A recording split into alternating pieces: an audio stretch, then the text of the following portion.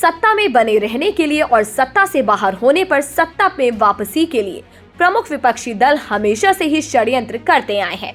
इसके लिए आजकल जो तकनीक और आर्थिक हथकंडे अपनाए जाते हैं उन्हें बोलचाल की भाषा में टूल किट कहा जाता है।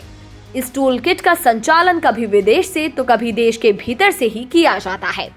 भारत विरोधी टूल किट गैंग एक बार फिर से एक्टिव होकर भारत के खिलाफ साजिशें रच रहा है और इस बार अमेरिकी अरबपति बिजनेसमैन जॉर्ज सोरोस नए टूल किट के सूत्रधार बने हैं। अपने टूल किट के अंतर्गत जॉर्ज सोरोस ने पीएम मोदी पर निशाना साधते हुए कहा कि भारत एक लोकतांत्रिक देश है, लेकिन स्वयं पीएम मोदी लोकतांत्रिक नहीं है। मोदी के तेजी से बड़ा नेता बनने के पीछे अहम वजह मुस्लिमों के साथ की गई हिंसा है।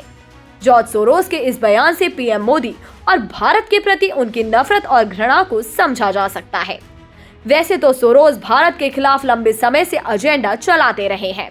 सच तो यह है कि जॉर्ज सोरोस का हालिया बयान एक प्रकार की खींच है, क्योंकि दशकों से वे भारत विरोधी प्रोपेगेंडा को अपनी अकूत संपत्ति और पैसे की फंडिंग के जरिए फैलाते रहे हैं।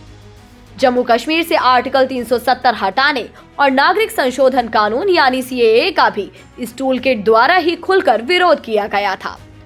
दरअसल जॉर्ज सोरोस जैसे लोग अपने पैसे के दम पर दुनिया भर के देशों में सरकारों को अस्थिर करके परोक्ष रूप से सत्ता का संचालन करने की मंशा रखते हैं, उससे लाभ कमाते हैं। इसके लिए उनके पास एक मैकेनिज्म है जिसके माध्यम से वे अनेक देशों में स्थित उनकी विरोधी शक्तियों को पैसे के दम पर एक्टिव करते हैं, दंगा फसाद करवाते हैं और चुनी हुई लोकतांत्रिक सरकारों को अस्थिर करते हैं। आपको बता दें कि 92 वर्षीय जॉर्ज सोरोस ने 1993 में ओपन सोसाइटी फाउंडेशन नाम से एक एनजीओ की स्थापना की थी। भारत में इस एनजीओ का connection PFI, urban Naxal, Christian missionaries, anti India ecosystem से है। सबसे बड़ी बात यह है कि इस एनजीओ का संबंध देश की सबसे प्रमुख विपक्षी पार्टी कांग्रेस से भी है, जिनके जरिए ये अपनी साजिशों को अंजाम देते हैं। गैरकानूनी तरीके से भारत में फंडिंग करने के चलते 2016 में भारत सरकार ने इस एनजीओ को वॉच लिस्ट में डाल दिया था। तब से ये और अधिक बौखला गए हैं।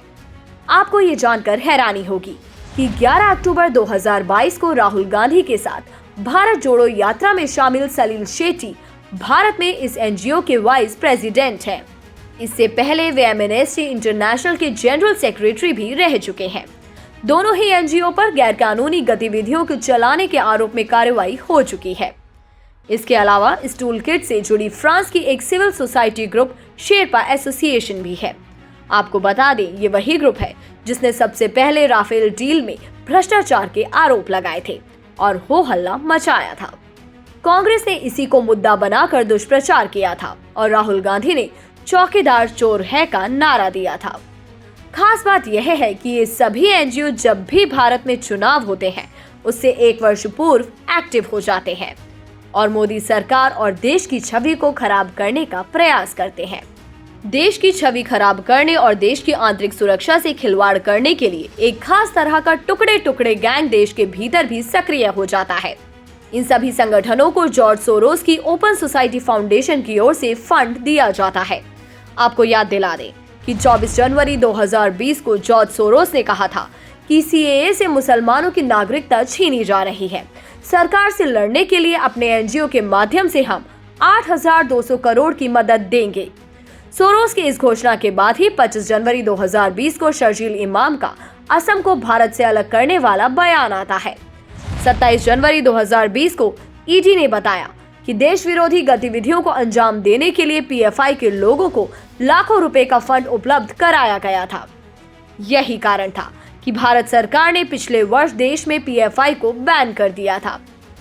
2008 में जॉर्ज सोरोस की कंपनी और मशहूर कंपनी ओमिदयार नेटवर्क के बीच भारत में निवेश को लेकर डील हुई थी, जिसका उद्देश्य भारत में नौकरी के अवसर बढ़ाना था। बाद में पता चला कि इस निवेश का उपयोग रोजगार के लिए नहीं बल्कि भारत विरोधी गतिविधियों के लिए हो रहा है। आपको यह जानकर हैरानी होगी कि जॉर्ज सोरोस से जुड़े ओमिदयार नेटवर्क इंडिया ने आज के समय में भारतीय एनजीओ और न्यूज वेबसाइटों में भी 8,000 करोड़ का निवेश किया है। इतना ही नहीं, फ्रांस के एनजीओ फॉरबिडन स्टोरीज को भी सोरोस फंड करता है, जो प्रेस फ्री इंडेक्स जारी करता है।